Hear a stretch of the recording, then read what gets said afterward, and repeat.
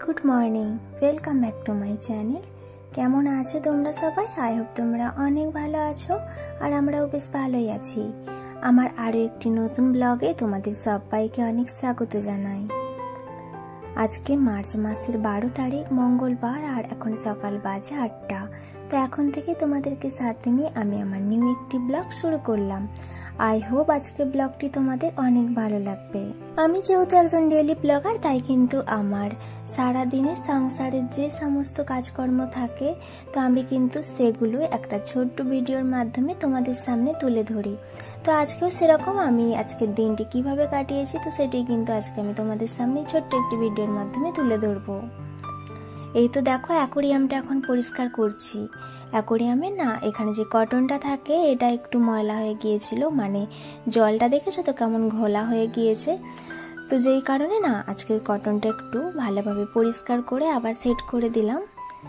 যখন অ্যাকোরিয়ামে দেখবে জলের কালার একটু সাদা থেকে কালো হয়ে গিয়েছে তখনই কিন্তু বুঝে নিতে হবে যে জলটা চেঞ্জ করতে হবে, আর সাথে কিন্তু কটনটাও। জলটা কিন্তু 1 মাস ছাড়া চেঞ্জ করলেই হয়। তো আজকে আমি জলটা চেঞ্জ করলাম না, তো আজকে আমি কটনটা একটু চেঞ্জ করে দিলাম। আর দেখো আমার অ্যাকোরিয়ামের মধ্যে কি মাছ আছে, তো এই মাছগুলোর নাম না গোল্ডেন ফিশ। তো একটা হোয়াইট কালারের আছে আর একটা গোল্ডেন কালারের। আগে অনেক ছিল, এখন আপাতত মনে হয় 4টের মতনই আছে।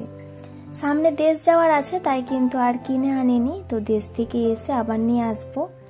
জলটা একটু কমে গিয়েছে আর কটনটাও তো আমি পরিষ্কার করে দিয়েছি। তো এখানে আবার 2 বোতল জল অ্যাড করলাম। আর সাথে এই যে দেখছো ওষুধটা, তো এটা একটা লিকুইড। তো এটা কিন্তু জলের মধ্যে আমি 1 সিপি দিয়ে দেব।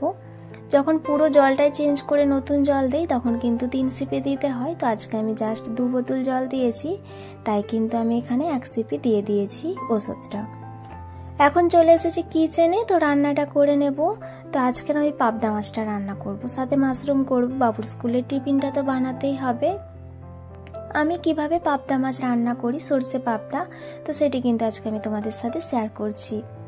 তো এখানে দেখো আমি কিন্তু 300 গ্রাম পাবদা মাছ নিয়ে নিয়েছি, আর আমি এখন ভালোভাবে একটু নুন আর হলদি মাখিয়ে নিচ্ছি। নুন হলদি মাখানো হয়ে গিয়েছে পাবদা মাছে। এখানে দেখো কড়াই বসিয়ে দিয়েছি, আর কড়াই গরম হয়ে গিয়েছে, দিয়ে দিয়েছি সরষের তেল। আর তারপরে এখন দেখো মাছগুলো আমি ভেজে নিচ্ছি। আমি কিন্তু তেমন একটা পাবদা মাছ রান্না করি না, মানে অনেক দিন আগে একবার করেছিলাম, আবার অনেক দিন পরে রান্না করছি। আর আজকে না আমি একটা ভিডিওতে দেখে তারপরেই পাবদা মাছটা রান্না করছি, আর ভেবেছিলাম যে কীরকম কি হবে। দেখলাম অনেক কিন্তু খেতে ভালো হয়েছে, অনেক টেস্টি হয়েছে। আমি যদিও পাবদা মাছ অতটা খেতে পছন্দ করি না, তবু একটু ট্রাই করে দেখেছি যে খারাপ নয়। এদিকে দেখো আমি কিন্তু পাবদা মাছগুলোর এপিট ওপিট করে ভালোভাবে ভেজে নিয়েছি। এখন মাছগুলো আমি উঠিয়ে নিচ্ছি, আর ডুবো তেলেই মাছটা ভেজেছি, তো অনেকটা তেল আছে, তো এতটা তেলে না রান্না করব না। তো পরিমাণ মতোই তেল আমি রাখবো, আর বাকিটুকু কিন্তু আমি তেল কমিয়ে নেব। দেখো তেল আমি কমিয়ে দিয়েছি, আর তেলের মধ্যে এখন আমি দিয়ে দিচ্ছি আদা বাটা।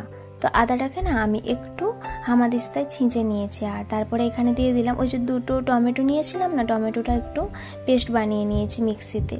তো টমেটো বাটা এখানে আমি অ্যাড করে দিলাম, আর টমেটোর জলটাও একটু ধুয়ে এখানে দিয়ে দিলাম। ভালোভাবে কিন্তু এবার আমি একটু কষিয়ে নেব যতক্ষণ না টমেটোর কাঁচা গ্যাসটা না চলে যায়। তো দেখো আমি ভালোভাবে কষিয়ে নেওয়ার পরে এখানে এখন দিচ্ছি আমি 1/2 চামচ হলদি গুঁড়ো, 1/2 চামচ লঙ্কা গুঁড়ো, আর এখানে দেবো পরিমাণ মতো লবণ। আর আমি একটু দিয়েছি স্বাদের জন্য একটু চিনি, সামান্যই চিনি দিয়েছি। আর আমি বলতে ভুলে গিয়েছিলাম, যখন আমি টমেটোটা পেস্ট করেছিলাম তখন কিন্তু আমি তার সাথে 2টো কাঁচা লঙ্কাও দিয়েছিলাম। এবার কিন্তু দেখো আমি ভালোভাবে একটু কষিয়ে নিচ্ছি, আর দেখো আমার মশলা থেকে কিন্তু তেল বেরিয়ে গিয়েছে, ভালোভাবে কষানো হয়ে গিয়েছে। আর আমি কিন্তু এখন অ্যাড করব দেখো সরষে বাটা। তো এটার মধ্যে কিন্তু কালো সরষে, সাদা সরষে আর এখানে পোস্ত আছে। তো 3টে কিন্তু আমি 1 চামচ করে নিয়ে বেটে নিয়েছিলাম। তো এখানে দেখো 3 চামচ দিয়েছি, আর একটু এক্সট্রা হয়েছে তো সেটা রেখে দিয়েছি।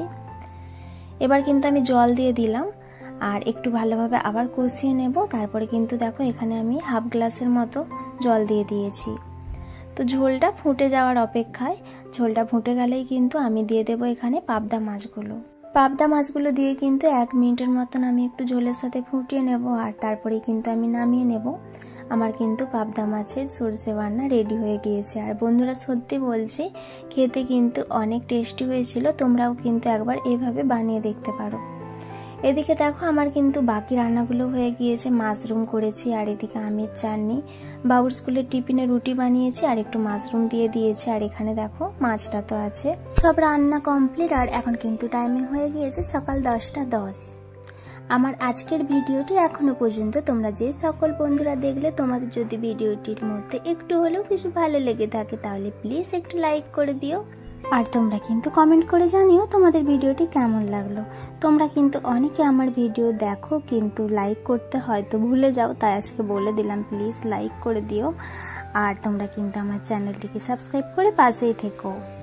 এই যে দুটো কাঁচের জার দেখছো, এই দুটো জার না নতুন, তো এখন আমি দেখো ভালোভাবে একটু পরিষ্কার করে নিচ্ছি, জল দিয়ে ধুয়ে নিয়ে তারপরে কিন্তু এখন একটা তোয়ালা দিয়ে ভালোভাবে পরিষ্কার করে নিচ্ছি।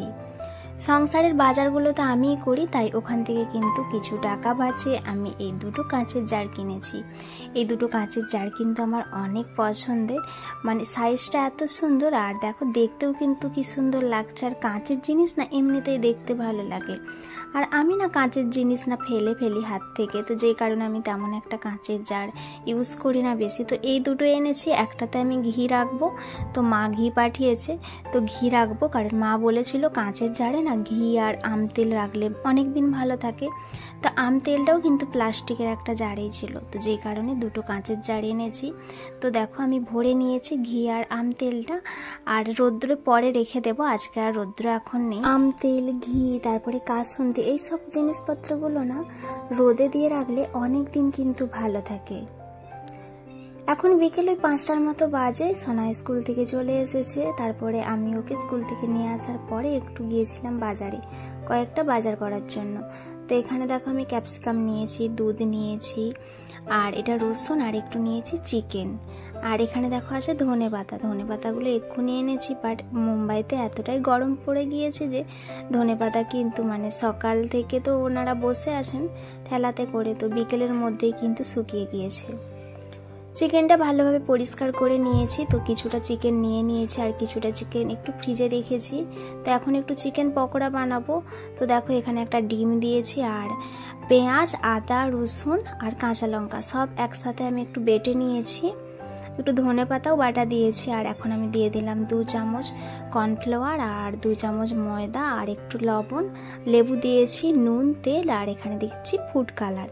এবার কিন্তু সব কিছুকে দিয়ে ভালোভাবে আমি মাখিয়ে নেব। ভালোভাবে আমি মাখিয়ে নিয়েছি, আর 5 মিনিটের জন্য না আমি আবার ঢাকন চাপা দিয়ে রেখেছিলাম, তো ভালোভাবে যাতে সব মশলাগুলো চিকেনের সাথে লেগে যায়। কড়াই বসিয়ে দিয়েছিলাম, আর দেখো তেল দিতে গিয়েছে, আর এখন আমি একে একে চিকেনগুলো ফ্রাই করে নিচ্ছি। চিকেন পকোড়া আর সাথে একটু কাঁচা পেঁয়াজ আর একটু লেবু, আমার তো এইভাবে চিকেন পকোড়া খেতে অনেক ভালো লাগে। তো দেখো চিকেন কিন্তু ফ্রাই হয়ে গিয়েছে, এবার আমি উঠিয়ে নিই। আর সেই সাথে বন্ধুরা আজকের ভিডিওটি কিন্তু আমি এখানেই শেষ করছি। তোমরা কিন্তু প্লিজ কমেন্ট করে জানাও ভিডিওটি তোমাদের কাছে কেমন লাগলো, আর ভালো লাগলে প্লিজ লাইক করে দিও, এবং তোমরা আমার চ্যানেলটিকে সাবস্ক্রাইব করে পাশে থেকো। তাহলে বন্ধুরা বাই বাই আজকের মতো। তোমরা সবাই ভালো থেকো, সুস্থ থেকো, সাবধানে থেকো, আর তোমাদের সাথে দেখা হবে আমার নেক্সট একটি ব্লগে।